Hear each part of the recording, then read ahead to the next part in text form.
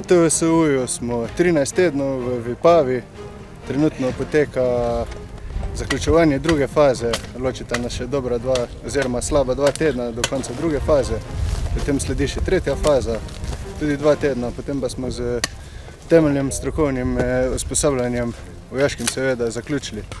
Učili smo se razne strokovne veščine, ki jih moramo znati za to, da obranimo Slovenijo in naše prebivalce. Zdaj trenutno kopljamo obrambne položaje, ko pričakujemo sovražnika iz južne strani, iz Cerknice, Loške Police. Tukaj moramo skopati ta obrambni položaj, zadnji mora biti malo globlejši, da lahko se noter skrijemo dovolj dobro. Tukaj moramo narediti tako zaščito, da če sovražnik se sme streljati po nas, da se metri ustavijo. Obrambni položaj mora biti globok nekih 30 cm.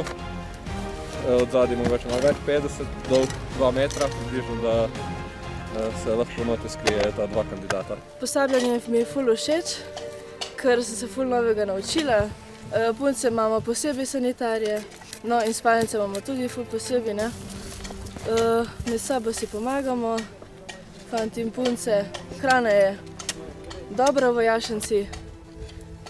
Inštruktorji so tudi dobri, kadar je treba, tudi povzdignejo glas. Naša naloga je, da naredimo zaklonišča, komunikacijske poti. Smo tudi zakurili ogenj, ki nas bo grel po noč, ker bomo tukaj bivakirali na snegu. Na prostovoljno služenje sem spoznal, da vojaški način življenja mi paše, ker je dinamično delo in pol po usposabljanju se mislim pridružiti prostovoljni rezervi. Na prostovoljno služenje vojaškega roka vabim tudi punce, ker je zelo zanimiva izkušnja.